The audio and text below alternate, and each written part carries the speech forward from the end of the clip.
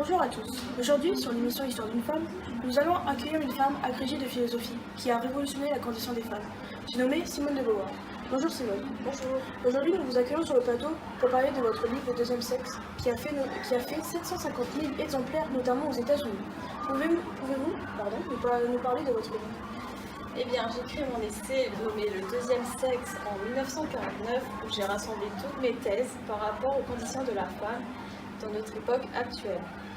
Pourquoi l'avez-vous écrit? En tant que philosophe, j'ai beaucoup réfléchi à notre société. En écrivant Le Deuxième Sexe, j'ai été choquée de tout ce que j'ai découvert sur la situation de la femme. Je souhaite élargir l'esprit de tous en dénonçant cette inégalité qui n'est qu'inutile et faire avancer cette société aveugle. Cet essai aura, je l'espère, beaucoup d'effets sur la condition de la femme. Pour vous, que veut dire on ne naît pas femme, on le veut bien et comment est la condition des femmes?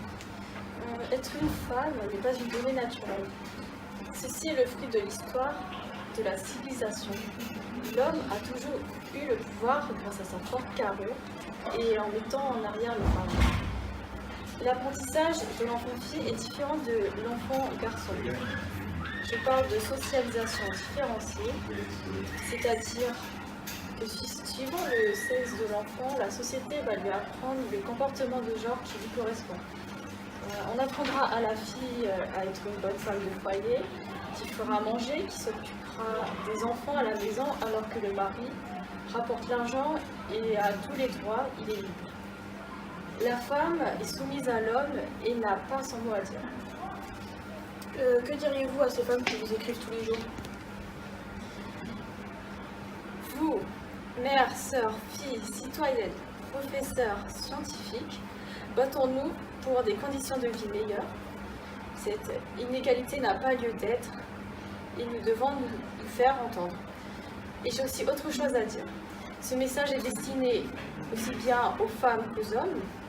Pour tous ceux qui seront prêts à faire évoluer la place de la femme, rejoignez-nous pour un meilleur avenir pour nos futures femmes. Je vous remercie Simone.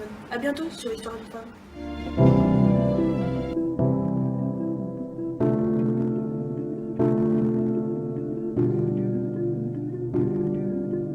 Bonjour à tous. Aujourd'hui sur l'émission Histoire d'une femme, nous apprenons le décès de notre chère Simone de Beauvoir, féministe qui a influencé la pensée sur la condition des femmes. Nous l'avons reçue il y a plus de 10 ans sur ce plateau, femme qui avait inspiré tant de personnes grâce à son mouvement, le féminisme. Elle a participé au mouvement de libération des femmes, où elle est la première à avoir incarné ce rôle. Simone est une icône du combat hors les droits des femmes. Sa personnalité a autant marqué que son œuvre, ce qui traduit l'importance de son héritage. Nous allons vous laisser sur les derniers mots de Simone. Il n'y a pas un destin biologique, psychologique, qui définisse la femme en tant que telle.